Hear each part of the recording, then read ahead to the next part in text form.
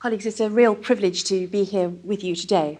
I don't intend to talk for too long. I'm under strict instructions to talk for no more than 10 minutes.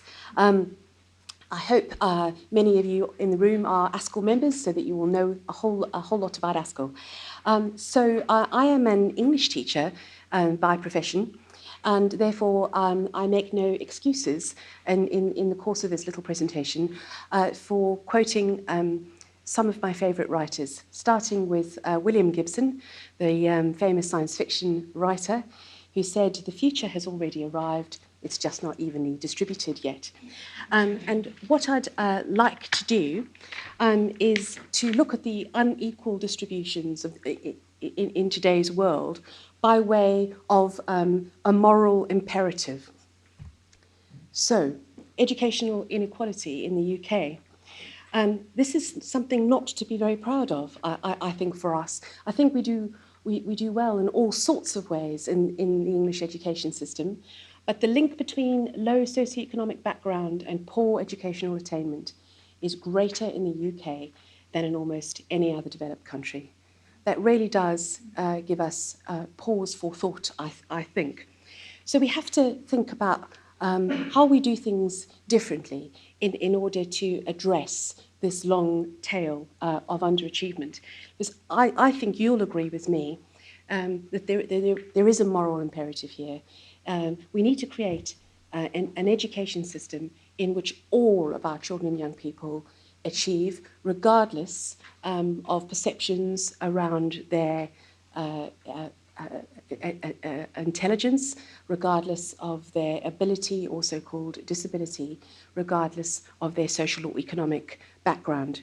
So some of you may know Haskells Blueprint for a self-improving system. We published this just before the last general election. We developed it with our members, so with school leaders in the system, and indeed with a very strong external reference group that comprised of the great and the good of the education system. If you like, it is our white paper. It sets out a vision for the future of the education system in England. And much of it is about the leadership challenge in the context we find ourselves in. We think that we respond to this context by acting together as leaders, and we believe that this will involve acts of imagination, courage, and collective action, which I think is part of what you're doing here today. So, a little bit of a potted history that I think gets us to the point where we are today. The fundamental importance of the 1944 Education Act, that children and young people should learn. So the principle of free and compulsory education. 1988, the national curriculum. That was the beginning of the focus on what children learn. And it is fundamentally important what children learn. And of course, we're having a big debate about that at the moment, the what of the national curriculum, with the EBAC proposals. And well over a year now since the government published its consultation on EBAC, and we are still waiting for the government's response. I'd like today to suggest that we embark on a new era, so that we take with us those early principles of the right of children to an education, the right of all children to learn, the fundamental importance of what children learn, but now we move into an intelligent conversation about how children and young people learn. How does learning take place? These are some questions that I think form, for me, the leadership challenge. And I would encourage you to take these questions back into your school and to initiate a big conversation with your staff and indeed with your children and young people about how learning takes place.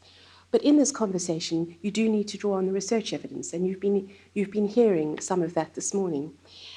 Great strides have taken place in cognitive neuroscience, and I wonder if we think that education's kept up with those strides. I wonder if we feel confident that we can, with a lot of confidence, say how children learn in the classroom, and when children are not learning, what the interventions are that might help children to learn based on our understanding of cognitive neuroscience.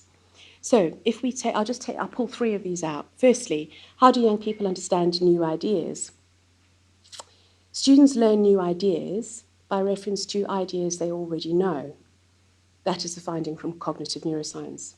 To learn, students must transfer ideas from working memory into long-term memory. So what does this mean for the classroom? A well-sequenced curriculum.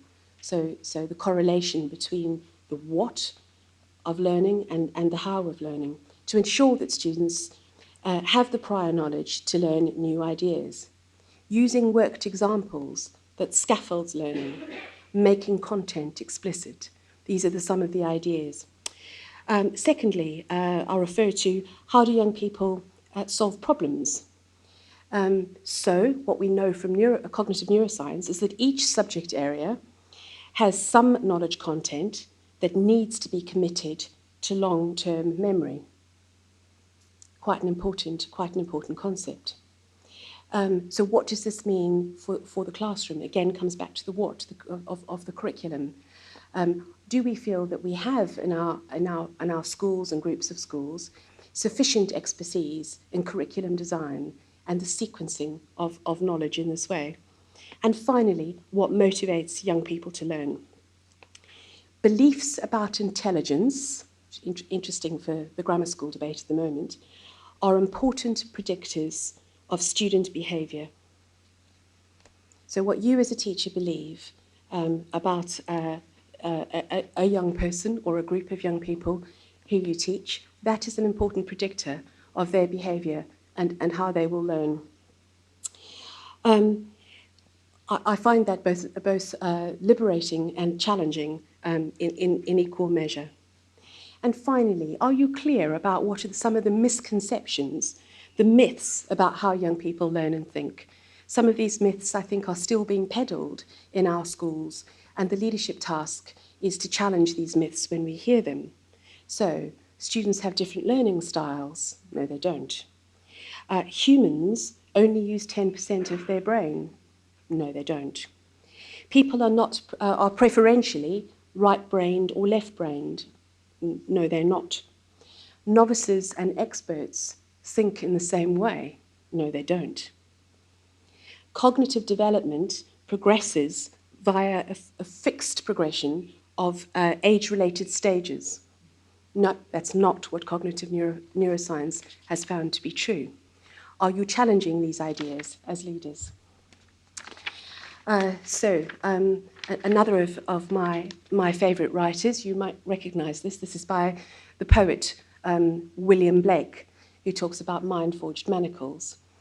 I think the leadership challenge now is to take the step away from compliance, whether that's compliance born of what Ofsted believed to be true, or compliance born of what the state believes to be true, and to make sure that the truths that in the way that we lead our school are actually properly based in evidence and research.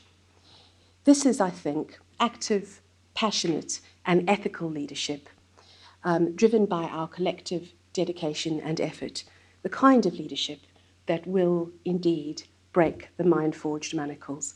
Thank you very much.